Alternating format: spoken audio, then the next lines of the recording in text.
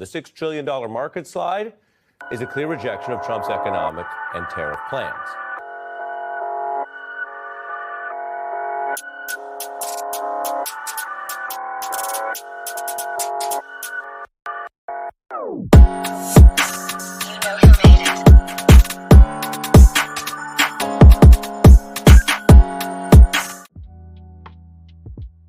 Protests against Trump over the weekend, hundreds of thousands, the largest single day of coordinated action against Trump in this young second term.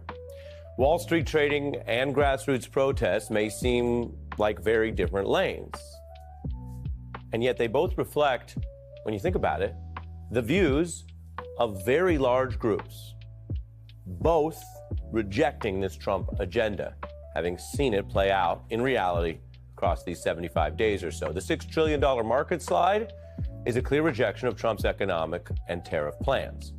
The protests reflect opposition to a much wider set of policies, including maybe economics, but also clearly, from listening and watching and covering these protests, to immigration, to slashing government, to lawless acts.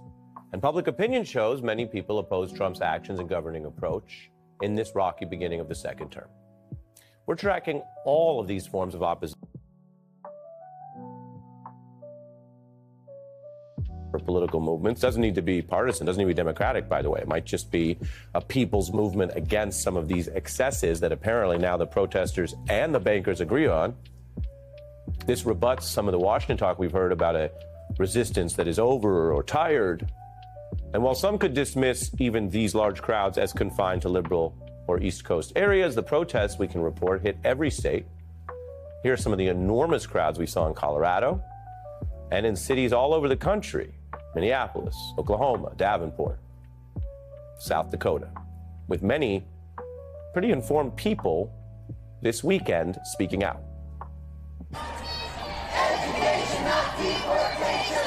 When they come for one of us, they come for all of us. I vote for Trump and is not what I vote for.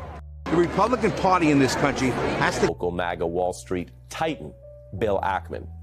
You may recognize him a bit or know his name.